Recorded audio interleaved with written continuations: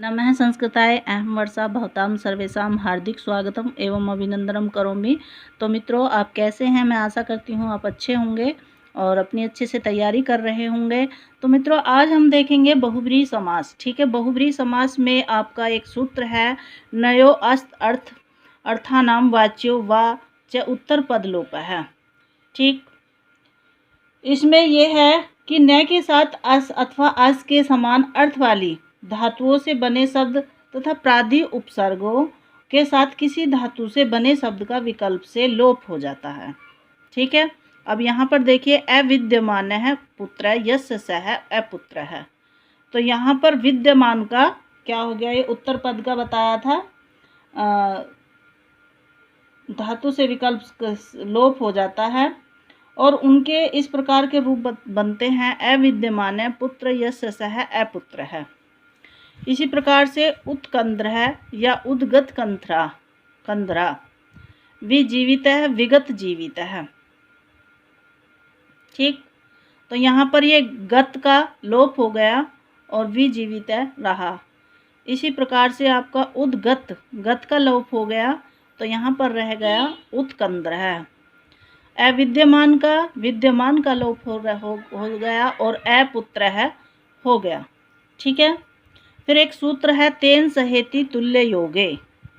तेन सहेति तुल्य योग में सह और तृतीयांत संज्ञा, जैसे सीतया सह इति ससीतः अर्थात राम, ससीतः अर्थात राम।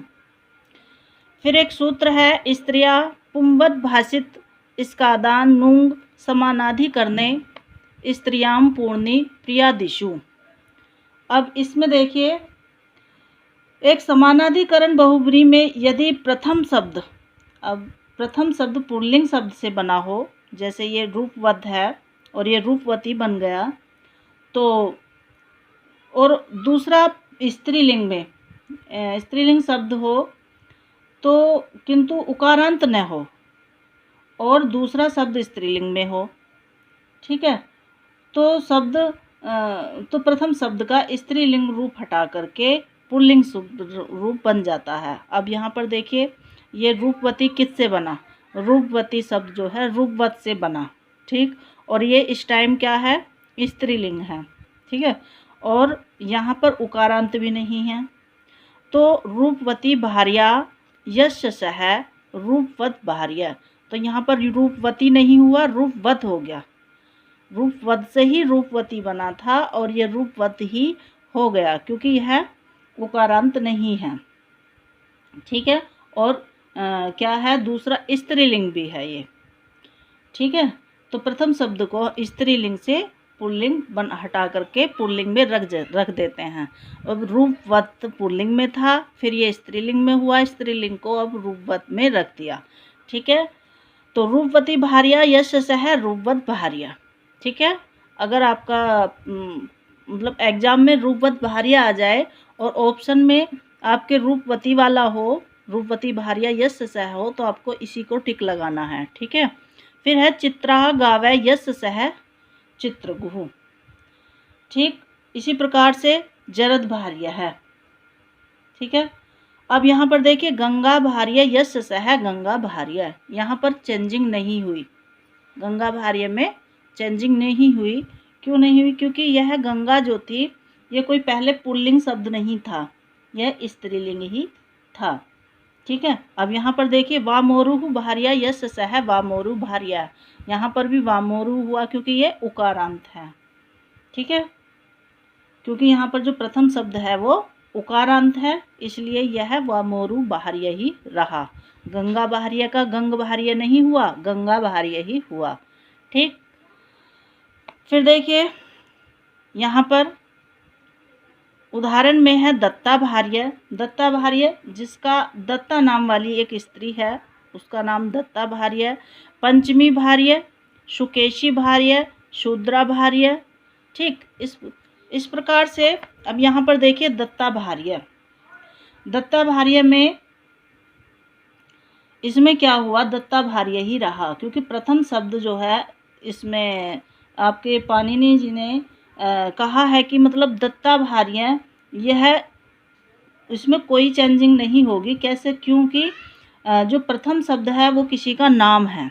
दत्ता नाम हो या फिर कोई पूर्णी संख्या हो या फिर उसमें अंग का नाम आता हो या वह किसी इकारांत हो या जाति का नाम हो, है ना। तो अथवा यदि द्वितीय शब्द प्रियादि गण में पठित कोई शब्द या कम संख्या हो तो पूर्व पद जो है पुंवद भाव नहीं होता, वह जैसा है वैसा ही रहता है। ठीक है, पुल्लिंग में नहीं होता है। अब यहाँ ये दत्ता है, दत्ता भार्या, दत्ता किसी स्त्री का नाम है। ठीक है, और फिर है पंचमी भार्या, तो जिसकी पांचवी स्त्री है, इसका अर्थ है जिसकी पांचवी स्त्री है। तो पांचवी क्योंकि यह पूर्णी संख्या है। ठीक, तो ये पंचमी ही रहा। फिर है सुकेशी भार्या। अब इसमें अंग का नाम हो गया सुकेशी, कैसे केश, है ना। तो जिसके अच्छे केशों वाली स्त्री, जिसकी अच्छे केशों वाली स्त्री है तो उसे सुकेशी भार्या कहते हैं। फिर एक शूद्रा भार्या, क्योंकि इसमें जाति के लिए भी बोला है, तो जिसकी स्त्री शूद्रा है उसे शूद्रा भार्या बोला जाता है। ठीक, फिर एक उदाहरण होता है कल्याणी प्रिया यस्य सह कल्याणी प्रिया। हाँ, इसमें भी कोई चेंजिंग नहीं हुई है। कल्याणी प्रिया यस्य सह कल्याणी प्रिया, इसको कट यहाँ से कर देते हैं। ये है कल्याणी प्रिया यश सह यश सह, तो इसका क्या हुआ? कल्याणी प्रिया, कल्याणी प्रिया, क्योंकि ये प्रिय अर्थ में है ना, प्रियादिगण में, और इकारांत है। फिर देखिए एक है कल्याणी पंचमी या शांता, यहाँ पर लिख देते हैं कल्याणी। यह भी एक उदाहरण है जो हमारा छूट गया था बाबूराम सक्सेना वाली बुक में। कल्याणी पंचमी, पंचमी,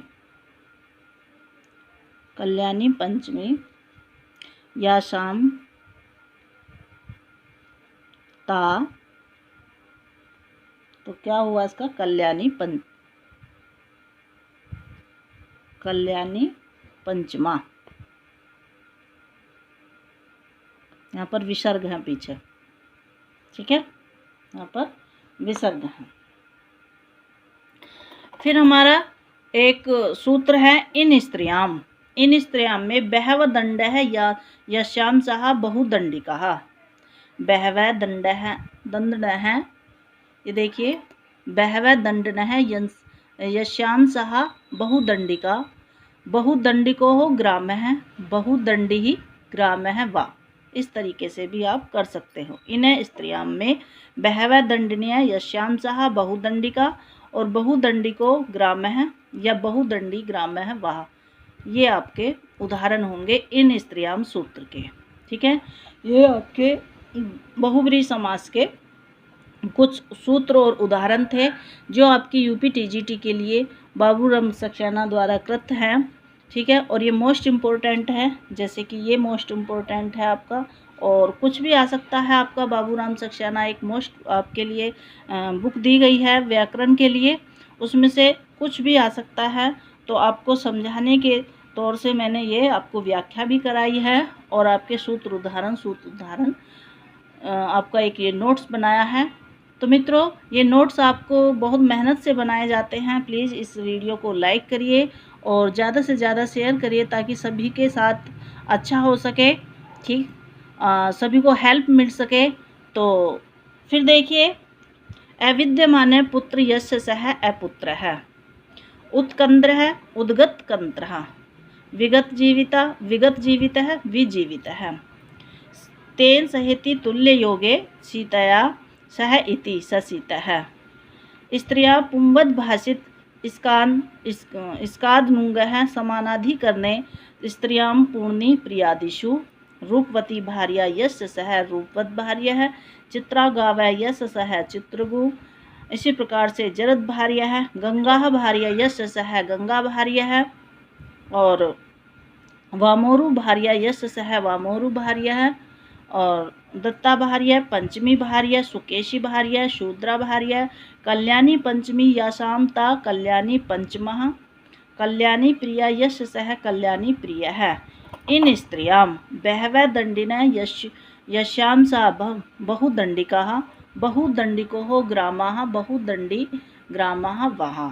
तो मित्रों, इसी के साथ मैं अपनी वाणी को विराम देना चाहती हूँ। कल फिर मिलेंगे एक नई वीडियो के साथ। नमः संस्कृताय। धन्यवाद।